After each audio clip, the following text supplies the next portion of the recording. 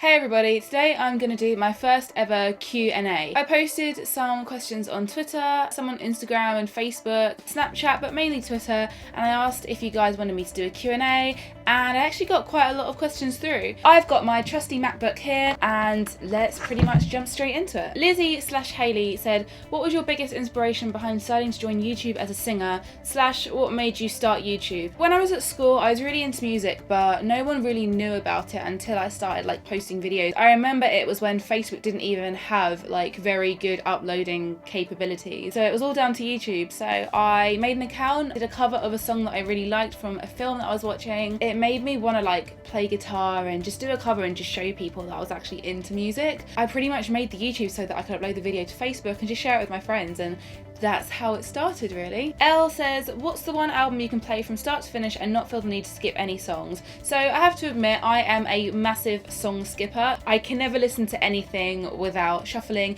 Even if I'm doing a really long drive, I'll just hit shuffle until I find the song that I want, which defeats the point. The last album that I probably listened to for a while that didn't make me want to skip anything was probably Paris's new album. Before that would have been Amity Affliction, Let the Ocean Take Me. Such a good album. Paris, the most recent one, but Amity Affliction definitely just sticks out in my mind. Emma, what's your favourite cover you've ever done?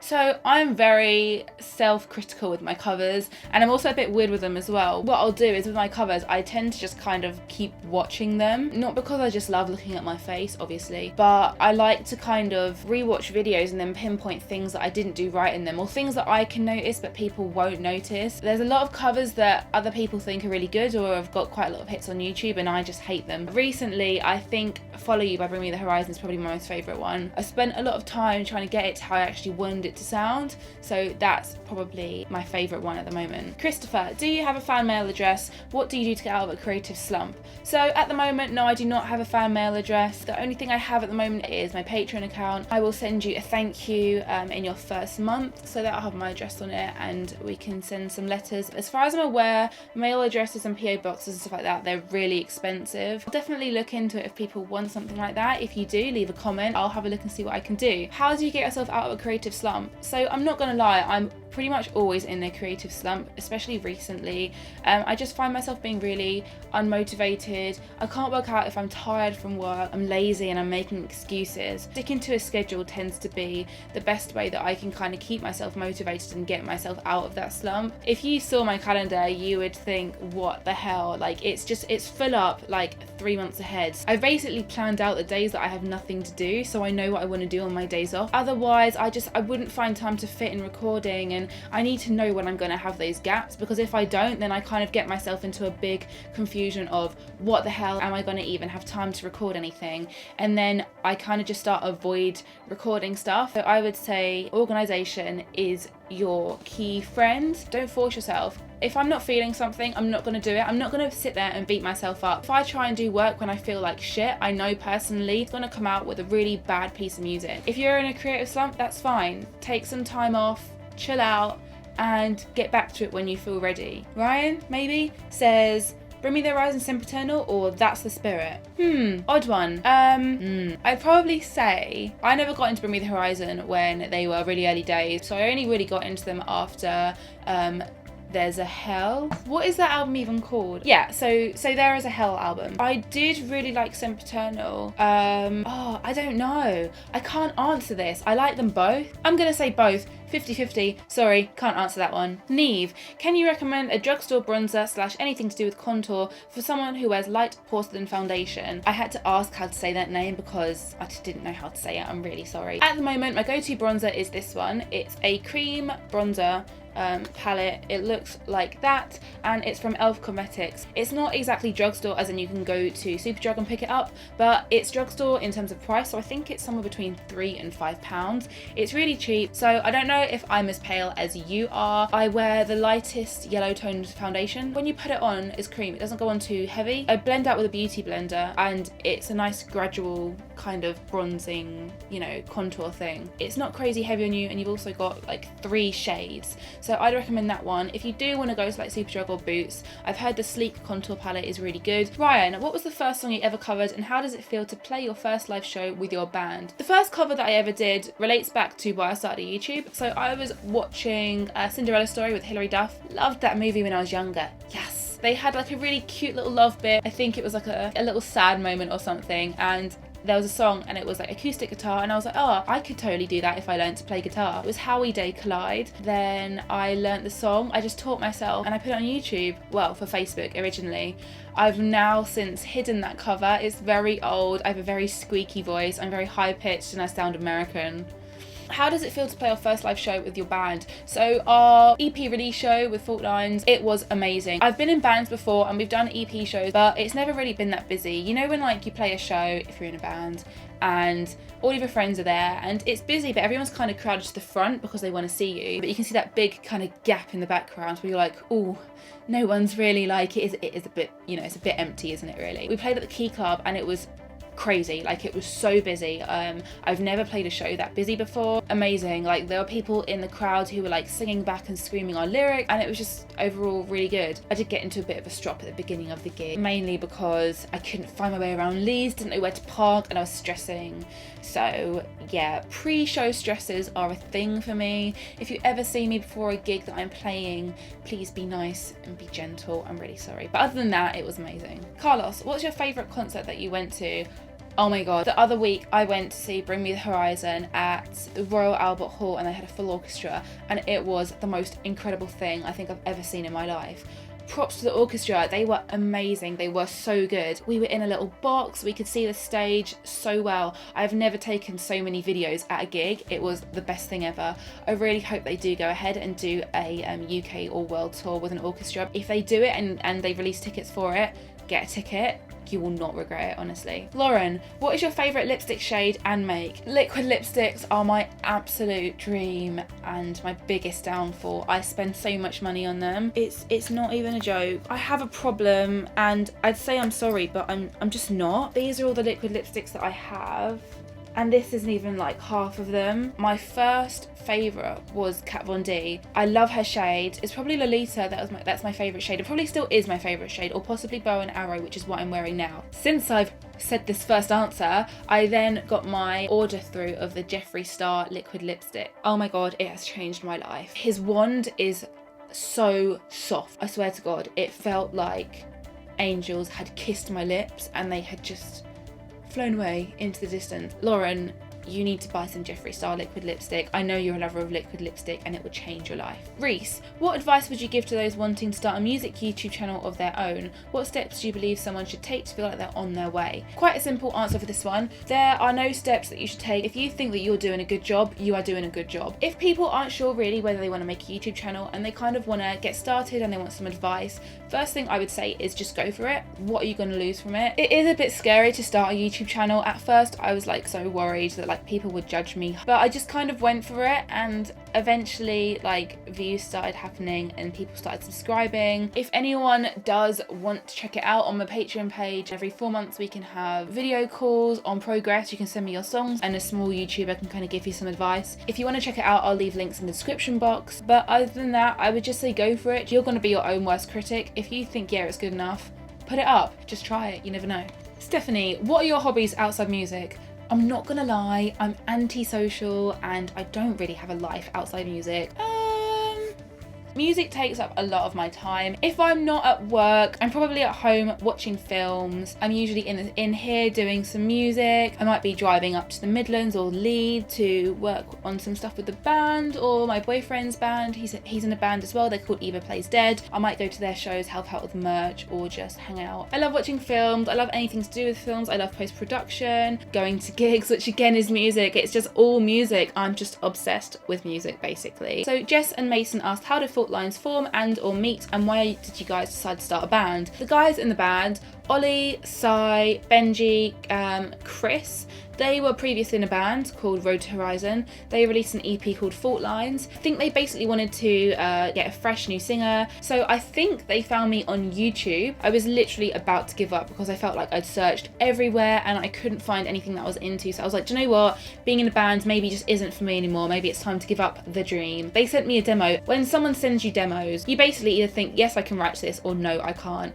And the demo that Benji had sent me was, I was just like instantly like, yes, straight away. I could write to that. I wrote to it so quickly, and it was actually our first single, Drowning. So I'll leave a link again so you can check it out. But I probably wrote to that in about like half a day. We straight away knew that we wanted to work together. After that, we thought we'd add some screaming elements into it. So we found Jake. His old band was called Laguna Sunrise, and they had just broken up as well. And that's pretty much how we made the band. It was basically like a mixture of 3 bands that had all kind of broken up and moved on, and we made Fault Lines. Chalice, I think your name is? Chalice. If you got to choose 5 headliners for a festival you were attending, who would they be? This one is a difficult one. I'm going to go with some of my favourite bands, and some bands that I really like on recordings but maybe not so much live. So Bring Me the Horizon, I'd go for Amity Affliction. Kind of want to say Neck Deep because mega summer vibes and stuff. Paris, and Being as an Ocean. Yes, I love Being as an Ocean. I always forget about them though, I'm really sorry, but I love Being as an Ocean, so they have to be my 5th. Tom and Lily, when you decide to cover a song, how do you tackle it? What's your recording method, and how long does it take to make a cover for it being up on YouTube? So that can basically completely and utterly vary. My cat's down here. I don't know if you can see. That can completely and utterly vary depending on what cover I'm doing. It's usually the vocals that take the longest, or actually recording the video.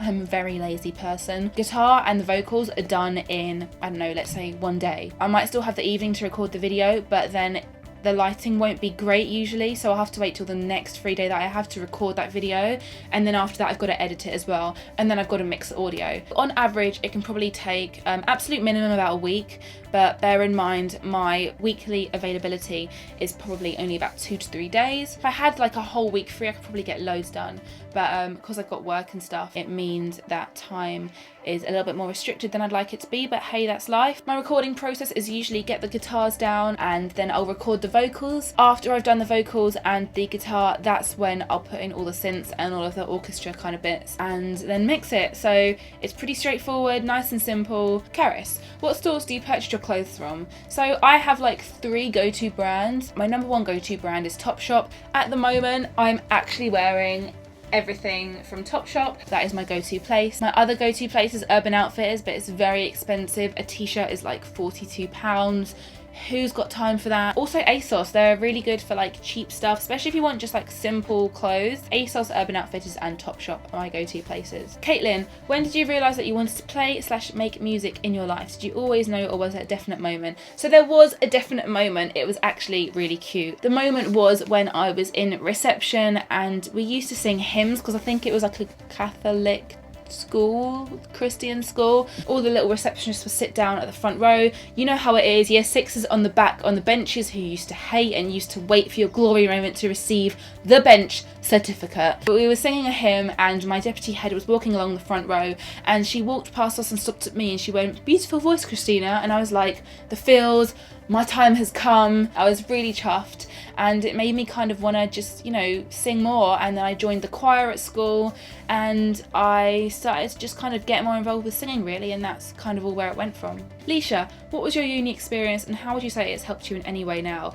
So my uni experience was probably one of the most valuable lessons I've ever learned in my life. I studied media arts at university. In terms of the lessons and the lectures, I kind of knew a lot of stuff anyway because I was really into video editing, but it definitely helps me develop on those skills. And I now have a Bachelor of Arts. To be completely honest with you, I was in Searching Alaska at that point and I spent a lot of my time at university going on tour. Yeah, university was a great excuse for me to kind of do a lot of stuff and get a lot of experience in the musical kind of side of things. The most important thing that I think I learned at university is living alone, definitely. University is really when my YouTube completely blew up because I had so much time to invest in it. I'd say if you get the chance, go to university, do it, because the experience in itself you will not forget. So another thing that I really briefly want to mention is I got a question saying whether Fault Lines would play my own song Holy and how it felt to write my EP. Fault Lines will never play my song Holy because it's not a Fault Lines song. I don't want people to think that Fault Lines is Christina Rotondo and her band. I am not a singer for Fault Lines. We are a band as a whole, but I don't want anyone to ever think of the guys as less than the band. They're not an addition to the band. Boys have 10 times more talent than I even have in my pinky finger alone. Just kind of give them the credit they deserve and just recognise that it is a whole band. David,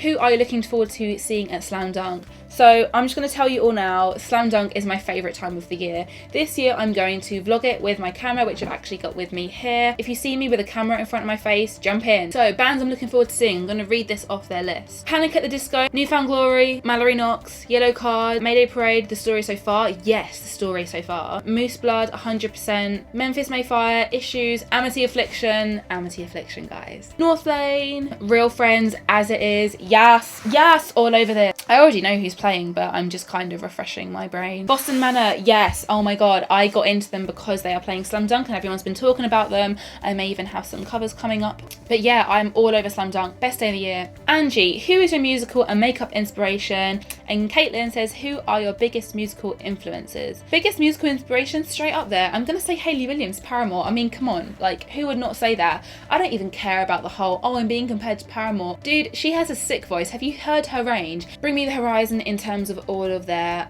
tones and that kind of delay and reverb effect they get. I absolutely love that. And makeup inspiration, there are loads of YouTubers I love to watch. Jeffree Star and Patrick Star. Also Desi Perkins. And do you want to know why? Because she has brown eyes. And lastly, Nick is not on fire. When did you start your first band? So I started my first band probably when I was about 15, I think, maybe even a little bit younger. I think I was in secondary school and a bunch of us just kind of got together. We made some terrible music, but you know, it was a bit of fun. We broke up after like a few months, didn't play any gigs, practice room, play some music, jam it out. Look how far we've come. So yeah, that is pretty much it. The Q&A is done. Thank you so much for all of your questions. I really hope that I can manage to edit this down to about 15 minutes. It's going to be a struggle. It's going to be a struggle. I think I've got like 40 minutes worth of content, probably more than that. I think about 50. Thank you so much for watching. I hope you enjoyed this. Leave any comments in the description box. If you want another Q&A, let me know, and I'll see what I can do. Hey everybody, thank you so much for watching my Q&A video. I had so much fun recording it. I'm so glad that I did it. If you guys want to see another Q&A video, leave a comment in the comments box below and I'll see what we can do. Remember that I take all of my questions and anything like that from my Twitter account, so follow me at christinartnd. All of my links are on the side, and you can also check out all of my other social media: Snapchat, Facebook, Instagram, Patreon, all of the good stuff. Hopefully you subscribe to my second channel, and I'll see you in the next video.